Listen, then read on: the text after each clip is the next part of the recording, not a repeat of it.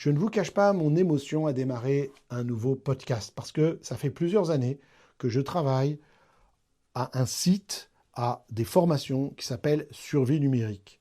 Le but de ce site, de ce projet Survie numérique, de sa newsletter, que je vais préférer appeler Infolettre, et ce podcast, je vais préférer l'appeler Balado Diffusion. Le but de tout ce projet Survie numérique, c'est de nous aider à protéger notre vie privée, à sécuriser nos données et à reprendre le contrôle sur le numérique. Ma mission, c'est vous offrir plus de liberté et de minimalisme, le tout sans jargon technique, mais avec joie et bonne humeur. Alors vous l'entendez, je vais lire mon script. De temps en temps, je vais lire mon script et de temps en temps, je vais le commenter, comme je suis en train de faire. Et donc, c'est un peu brut de décoffrage, il n'y a pas de montage, il n'y a pas de musique. Je vais aller droit à l'essentiel, je vais vous donner des outils, je veux qu'on discute, qu'on réfléchisse. Et c'est ça qui va être important. Donc, j'espère que vous vous concentrerez plus sur le fond que sur la forme, parce qu'en plus, ça me prendrait un temps fou et j'aurais pas le temps de faire tout ce que je fais, le site, des articles, des tutoriels, des guides, des PDF, des formations. Donc le podcast, oui, parce qu'il permet de dire d'autres choses qu'on ne peut pas écrire aisément, qu'on ne peut pas partager par l'écrit aisément. Et ça vous permet aussi de pouvoir écouter ces émissions confortablement assis dans votre canapé, au lieu de regarder des séries sur des plateformes de séries, ou dans les embouteillages, dans les transports en commun, dans votre téléphone, en faisant votre promenade, en écoutant avec vos écouteurs, etc., etc. Donc, je vais d'abord me présenter un tout petit peu du point de vue qui nous intéresse ici. Je ne vais pas vous parler de toute ma vie, mais très brièvement, comprendre que depuis l'adolescence, moi, je suis passionné par l'informatique. Il se trouve que mon père, il avait une petite entreprise, il était architecte ou quoi, je ne veux pas très bien, ou maître d'œuvre, ou bref, fabriquer des maisons. Et quand j'étais gamin, il a acheté un petit PC, un des premiers PC qu'on pouvait trouver. À l'époque, d'ailleurs, c'était pas un PC, c'était un Mac, et ça s'appelait pas encore Mac, d'ailleurs, c'était un Apple II. Et à l'époque, ça venait avec des gros manuels, des gros bouquins. Parce que personne ne savait ce que c'était qu'un traitement de texte, personne ne savait ce que c'était un tableur ou les logiciels de base. Et c'était évidemment des versions extrêmement sommaires par rapport à ce qu'on a aujourd'hui, mais ça venait avec des manuels qui faisaient 200, 300 pages, des gros bouquins. Et moi, j'étais gamin, j'avais 12, 13 ans, et je les lisais, et je faisais des exercices, parce qu'il y avait plein d'exercices. Qu'est-ce que c'est un tableur, comment ça fonctionne et tout, parce que les gens avant ça n'utilisaient pas l'outil informatique. Et donc, tout d'un coup, c'était une révolution. Donc, qu'est-ce que c'est un traitement de texte, comment ça marche et tout. Et moi, je faisais des exercices. Et puis, ça venait avec aussi un langage informatique qui s'appelait le BASIC. On pouvait programmer, et tout le monde a fait, à l'époque, 10 print bonjour, et puis on appuie sur la touche entrée, puis l'ordinateur écrivait bonjour, on était super contents. Et j'ai appris des petits langages comme ça, le BASIC, le logo. Et puis, il se trouve qu'au collège, ils ont voulu créer un club informatique, mais aucun professeur ne savait utiliser les ordinateurs et connaissait les langages et tout. Donc ils m'ont demandé à être le responsable du club informatique, d'installer des ordinateurs et de donner des cours sur le logo et le basique, enfin d'animer un peu, si vous voulez, le club, et ce que j'ai fait pendant pas mal d'années. Un peu plus tard, donc là, je vous ai dit 12 ans, vers 20 ans, j'ai eu la chance d'avoir un frangin qui faisait des études d'informaticien à l'université et qui, un jour, me dit « Viens voir, je vais te montrer un truc ». Et apparaît à l'université dans la ville où je suis, c'est une ville universitaire, premier connexion Internet. Il me montre, voilà ce que c'est Internet, c'est on est connecté à des ordinateurs à l'autre bout du monde, regarde, tu peux faire une recherche. C'était le tout début de la plateforme, Google n'existait pas, c'était Yahoo, je crois, et on voyait des actualités, tout un tas de choses, des photos, bon, c'était très long à charger, etc. Et c'était extraordinaire, cette découverte d'Internet, j'avais tout juste 20 ans. Vraiment, les premières connexions, elles n'étaient qu'à l'université. Il se trouve que, comme c'est une ville universitaire, là où j'habite, il y avait un fournisseur d'accès à Internet privé qui s'est mis en place et qui vendait aussi à quelques particuliers. Ce n'était pas encore possible pour tout le monde. Mais voilà, on pouvait acheter un petit modem et avoir une connexion. Et donc, je l'ai fait. Voilà, j'ai eu tout de suite une première connexion. Et là, je me suis intéressé à ce qui se passait sur le web. Alors, il n'y avait pas Google, il n'y avait pas tout ça. C'était vraiment des trucs de geeks, de passionnés, etc., etc. Donc, j'ai commencé à m'intéresser au langage des sites internet, etc. Il faut savoir qu'en France, on a eu aussi les Minitel, si certains d'entre vous se rappellent de ce Minitel. Mais je ne me suis jamais vraiment passionné pour le Minitel. Bien sûr, j'ai joué au Minitel, je me suis connecté au Minitel, j'ai fait des tas de trucs, mais je n'ai pas appris le langage Minitel, je n'ai pas créé de site Minitel, 3615, ceci, cela. Je n'ai pas fait ça. Je vous rassure tout de suite, le podcast, ce n'est pas pour traiter de code ou de langage informatique. Parce que moi, j'ai toujours pensé que le numérique, il doit être au service de l'humain et pas l'inverse. Je vais donner un exemple qui peut sembler tout bête. On utilise un clavier pour faire l'ordinateur, mais on n'enseigne pas aux enfants à utiliser un clavier. Donc on voit tous ces gens, y compris des professionnels, tout le monde rigole avec l'histoire de la gendarmerie, mais je vois des avocats, je vois des professionnels, des gens, des médecins qui utilisent le clavier toute la journée, ils tapent à deux doigts en regardant le clavier. C'est pas possible. Moi, à 12-13 ans, je vous ai dit, quand les claviers sont venus avec l'ordinateur, il y avait aussi des méthodes pour apprendre à taper au clavier, à faire la dactylographie. Et donc, j'ai appris à dactylographier avec mes 10 doigts. Je peux taper sans regarder le clavier. Mais ça, pour moi, c'est important. Ce sont des outils que je veux utiliser. Et je pense que l'informatique doit être au service de l'humain et pas l'inverse. Mais aujourd'hui, et c'est là où on arrive dans le vif du sujet de ce podcast, avec l'omniprésence des GAFAM. Un GAFAM, pour ceux qui ne savent pas, c'est Google, Apple, Facebook. Facebook, c'est Meta. Donc Meta, c'est la société qui gère Facebook, Instagram et plein d'autres choses. Donc Google, Apple, Facebook, Amazon et Microsoft, cet équilibre, il est rompu aujourd'hui. Alors, on dit les GAFAM, mais aujourd'hui, ce terme n'est plus plus trop approprié parce qu'on parle de géants du numérique, parce que ça, les GAFAM, c'est les Américains, mais depuis, il y a des grandes sociétés chinoises, on connaît TikTok, AliExpress, etc., qui sont là aussi et qui pèsent leur poids sacrément. Aujourd'hui, on a une expression qui dit que la donnée, c'est le nouveau pétrole, parce qu'aujourd'hui, les données, ça vaut plus que les barils de pétrole. On parle beaucoup du pétrole, évidemment, parce qu'on est dépendant du pétrole, mais pensez qu'on est tout aussi dépendant de nos données et d'Internet. Si demain, il n'y a plus de pétrole, c'est la catastrophe. Si demain, il n'y a plus d'Internet et plus d'ordinateur, ce serait aussi la catastrophe. Et des fois, je me dis, s'il n'y avait plus et l'un et l'autre, enfin, on serait délivré et tout irait mieux. Bon, évidemment, ça passerait par une phase sacrément critique, mais je veux dire, nos grands-parents, les gens de ma génération, ou vos arrière-grands-parents si vous êtes plus jeunes, et ils n'avaient connu presque ni l'un ni l'autre, hein, le pétrole, le plastique, tout ça, mais voilà, c'est allé très très vite. Bon, il faut savoir qu'aujourd'hui, trêve de plaisanterie, il y a d'autres modèles qui sont possibles, plus respectueux des citoyens, et ça c'est important. D'autres modèles que le modèle GAFAM, que le modèle géant du numérique, que le modèle siphonner nos données. Par exemple, les logiciels libres, on dit aussi open source. Et ça, c'est un comble, parce que, alors ça vient tomber récemment, ça y est enfin, à cause de toutes les histoires avec Trump, avec les histoires du pétrole, avec les histoires de je sais pas quoi, souveraineté numérique. Mais enfin, moi, ça fait plus de 25 ans que je dis la chose suivante. Il y a quelque chose d'incroyable. Aujourd'hui, dans presque toutes les administrations, les ordinateurs tournent avec un système d'exploitation qui s'appelle Microsoft. Vous le connaissez bien, Windows. Microsoft Windows. L'ancien homme le plus riche du monde, Bill Gates, c'est lui qui a inventé ça, enfin co-inventé ça, Microsoft et Windows. Donc qu'est-ce qui se passe ? On achète des licences. Ça veut dire que le gouvernement français dépense des millions et des millions et des millions pour que chaque ordinateur fonctionne avec Microsoft Windows. Quand on sait que c'est un système d'exploitation pas ergonomique, lourd, il faut des machines très puissantes pour le faire fonctionner, absolument pas respectueux de nos données, pas sécurisé, c'est une catastrophe. C'est un des pires systèmes d'exploitation qui a jamais existé. Il y a beaucoup mieux. Il y a Apple, qui est beaucoup mieux, mais surtout, il y a Linux, qui est protégé, beaucoup plus sécurisé, respectueux de la vie privée, et surtout qui est gratuit. Ça veut dire que depuis des décennies et des décennies, on pourrait avoir économisé plusieurs milliards, rien qu'avec ça. Des millions et des millions et des millions chaque année qui sont payés aux GAFAM, en particulier à Microsoft. C'est honteux. Ça fait 25 ans que je me bats contre ça, que je me suis impliqué dans le logiciel libre, que j'ai participé à la traduction de logiciels libres, à des communautés et des forums de logiciels libres. C'est très important. C'est quoi cette affaire ? Donc voilà, cette histoire, vous avez peut-être entendu parler, logiciels libres, etc. Bien sûr, il y a le côté économique. On pourrait se dire, voilà, il y a des millions qui sont dépensés, c'est pas bien, on donne de l'argent aux Américains et tout. Mais c'est pas que ça. C'est une histoire de vie privée, sécurité, capitalisme de surveillance, liberté, minimalisme. Alors tout ça, ça fait peur. On dit, ça y est, il fait de la politique. Non, je vais juste prendre l'exemple de la vie privée. En anglais, on dit privacy. Vie privée, confidentialité en français. C'est sur cette notion, enfin, entre autres, c'est sur une de ces notions que se sont basées nos démocraties occidentales.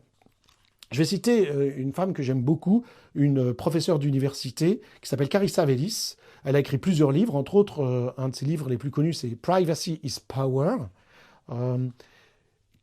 Si on veut traduire Privacy is Power, ça veut dire la vie privée ou la confidentialité, c'est le pouvoir. Alors, je cite, « Le respect de la vie privée nous protège de pressions non désirées et d'abus de pouvoir. Nous avons besoin de vie privée pour être des individus autonomes et pour que nos démocraties fonctionnent correctement, nous avons besoin que nos citoyens soient autonomes. » Fin de citation. C'est hyper important. Pensez au vote. Quand on va voter, on vote dans un isoloir à bulletin secret pour ne subir aucune pression. C'est le fondement de la démocratie. Aujourd'hui, les géants du numérique et certains gouvernements espionnent ouvertement leurs citoyens en bafouant ce principe. On parle aujourd'hui aussi, j'ai dit capitalisme de surveillance, on dit aussi surveillance de masse. Vous avez peut-être entendu parler d'Edward Snowden, c'est un lanceur d'alerte américain, malheureusement pour lui, parce que maintenant il doit se cacher, ça fait je ne sais pas combien, 20 ans qu'il est caché et que voilà, toutes les forces de police du monde entier sont après lui, parce qu'il a prouvé que la NSA, l'agence américaine, enregistrait quasiment tout Internet depuis des décennies, et non seulement il l'enregistrait, mais il se servait de ces données pour faire pression sur des gens. Et quand je dis qu'ils enregistrent tout Internet, c'est les emails, le web, tout ce qui passe sur les réseaux, et c'est stocké, et puis ils utilisent ces données, et c'est gigantissime. Alors on pourrait se dire, bon, bah, c'est un truc américain, voilà, c'est un lanceur d'alerte américain, nous, on est en Europe, il y a le RGPD et tout, on est protégé. Bah, rêvez pas trop. Bien sûr, il y a des restrictions. Les agences, en France, il y a une agence de renseignement, il y en a dans chaque pays, évidemment, ils n'ont pas le droit d'espionner leurs propres citoyens. Vous comprenez que nous, les citoyens, on est protégés par des lois. Et c'est pour ça qu'il y a la séparation des pouvoirs entre les politiques, le judiciaire, tout ça. On est allé à l'école, et puis la police, l'armée, et tout ça. Séparation des pouvoirs. C'est très important. Et puis il y a les journalistes aussi, on dit c'est le quatrième pouvoir. Eh bien, si j'ai... par exemple, la police ne peut pas venir chez moi et aller espionner, regarder chez moi, ouvrir mes tiroirs, etc. Il faut qu'ils aient l'autorisation d'un juge. Et pour qu'un juge donne cette autorisation, il faut qu'il y ait eu une enquête qui dise, voilà, on a des soupçons sur cette personne, monsieur le juge, voici les soupçons qu'on a sur cette personne, est-ce que vous nous accordez l'autorisation d'aller chez cette personne, fouiller et tout? Et si le juge dit non, eh ben c'est non. Si le juge dit oui, c'est qu'il y a suffisamment de preuves, ceci, cela. Donc vous voyez, c'est très important cette séparation des pouvoirs. Mais aujourd'hui, donc les agences de renseignement, d'espionnage, contre-espionnage, etc., ils n'ont pas le droit d'espionner, j'ai dit d'espionner, leurs propres citoyens. Mais alors voilà la ruse. Du coup, ils vont coopérer entre pays. Par exemple, tous les pays anglophones, États-Unis, Angleterre, je crois Australie, sans doute Nouvelle-Zélande, ils forment les Five Eyes, les 5 yeux. Voilà, les eyes, c'est espion, ça veut dire eyes en anglais, c'est aussi regarder, espionner. Donc ils ont les 5 organisations qui se mettent entre eux. Et nous, par exemple en France, on fait partie avec l'Allemagne, entre autres, des Nine Eyes. Et du coup, eux, ils peuvent échanger ces agences les unes avec les autres. C'est-à-dire que donc la France n'a pas le droit en théorie de surveiller ses citoyens et l'Allemagne n'a pas le droit de surveiller les siens. Mais ils ont des accords. Et du coup, ils disent, écoute, si tu me dis ce que font mes citoyens, moi je te dis ce que font les tiens. C'est pas une blague, hein. Ce sont des vraies organisations. Donc la loi est en quelque sorte bafouée, contournée, ni vue ni connue. Vous voyez, comprenez le mot capitalisme de surveillance? Alors, tout le but de ce podcast, c'est de dire on peut faire quelque chose. On peut limiter ces atteintes à nos libertés avec les bons outils. C'est un des buts, c'est pas le seul de ce podcast, de cette balado-diffusion, mais c'est un des buts.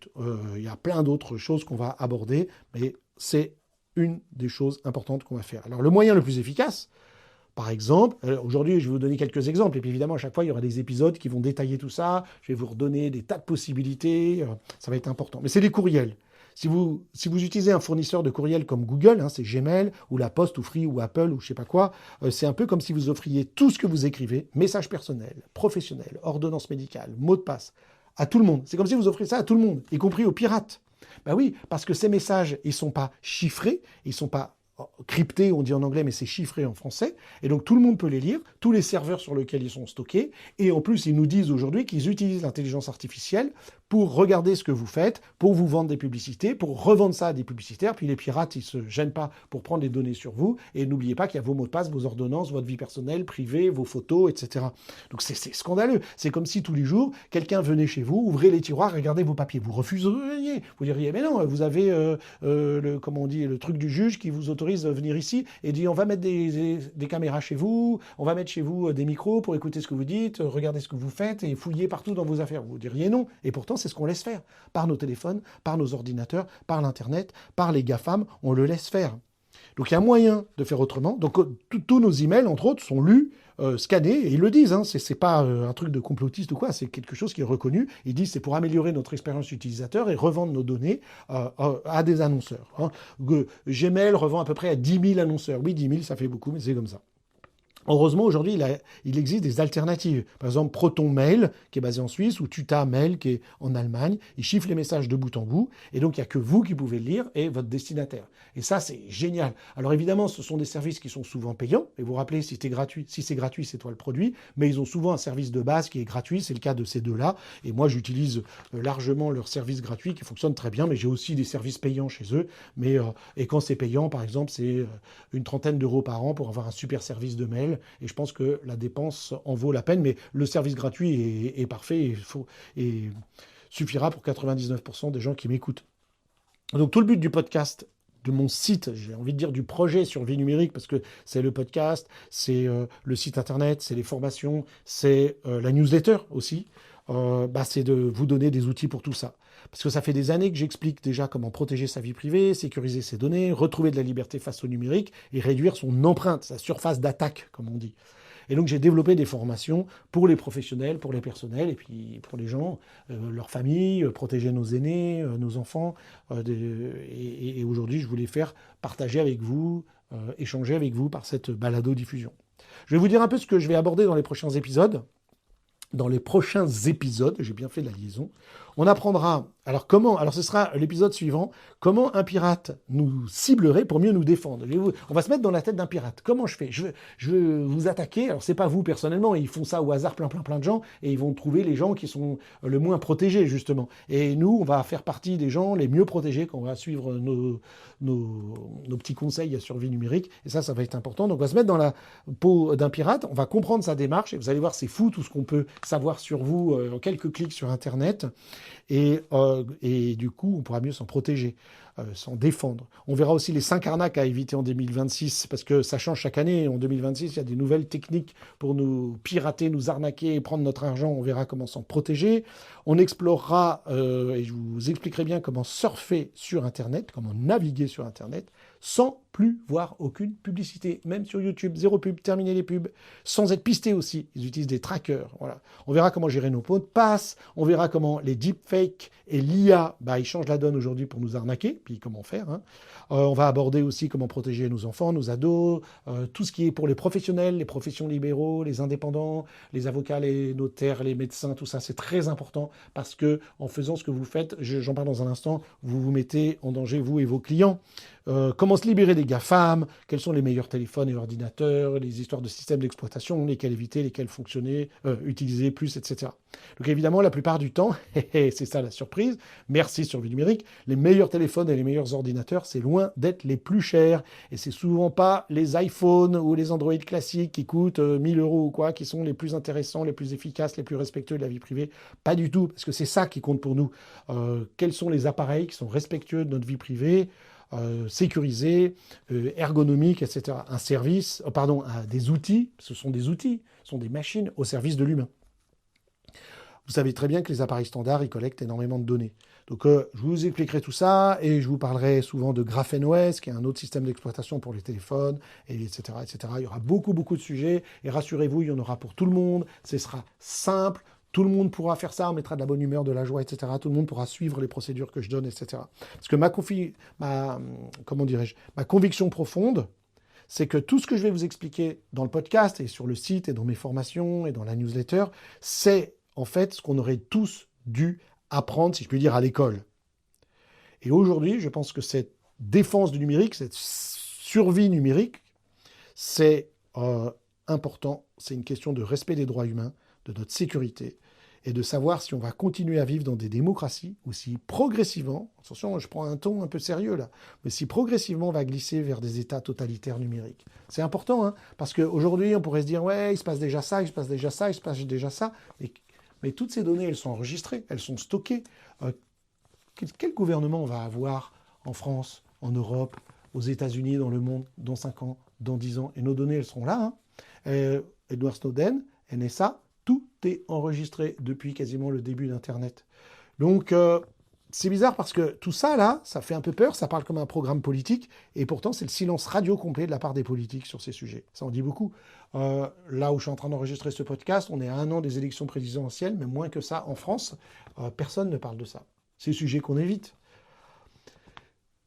Tout le contenu du podcast va être crucial pour les professionnels. Voilà, je voulais réinsister là-dessus. Les indépendants, les avocats, les médecins, les journalistes. Parce qu'en utilisant par exemple les SMS ou Gmail pour des dossiers sensibles, on diffuse toutes nos données aux GAFAM et au gouvernement. Je vous l'ai dit déjà. Et cela peut violer le secret professionnel, exposer vos cabinets respectifs à des sanctions en cas de fuite. Il y a bien le RGPD qui exige de garantir la confidentialité des données sensibles dans l'Union européenne, mais, voilà le truc, envoyer un SMS ou un mail classique, c'est comme envoyer une carte postale. Tout le monde peut le lire, c'est stocké dans des serveurs aux États-Unis pour une durée indéterminée. On ne fait pas ça avec les données de nos clients, on ne fait pas ça. C'est trop dangereux. En plus, les pirates comme ils veulent. Donc, il y a des stratégies. C'est simple. Tout ce que je vais vous enseigner, c'est simple. Tout le monde peut le faire. C'est pas une histoire de geek. C'est pas une histoire d'informaticien, de cybersécurité. Pas du tout. C'est pour monsieur et madame tout le monde. Pour nous, pour nos enfants, pour nos ados, pour nos seniors qui sont souvent des cibles des pirates à des personnes mal intentionnées, parce que nos seniors sont aussi obligés d'utiliser des smartphones, des ordinateurs, d'aller sur Internet. Donc c'est très important pour eux. Vous allez apprendre des stratégies pour protéger donc vos enfants, etc., mais aussi vos cabinets respectifs, votre vie professionnelle. Et ça, c'est très important. Et ça va être gratuit. Tout ce que je vais vous enseigner, à part de rares exceptions, parfois un petit abonnement de ci ou de ça, ou quand vous achetez un nouveau téléphone, je vous conseillerai lequel, mais ce sera gratuit.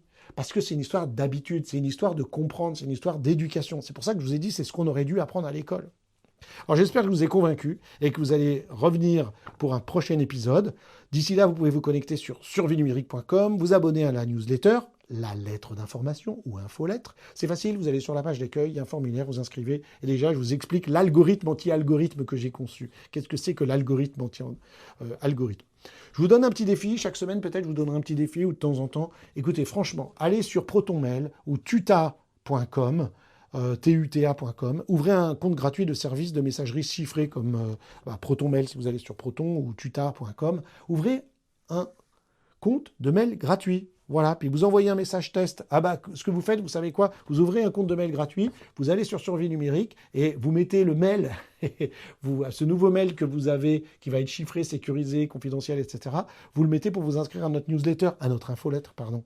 Ou alors vous envoyez un message test à un ami. Et puis voilà, vous allez voir, c'est très facile et vous aurez une boîte mail gratuite, sécurisée.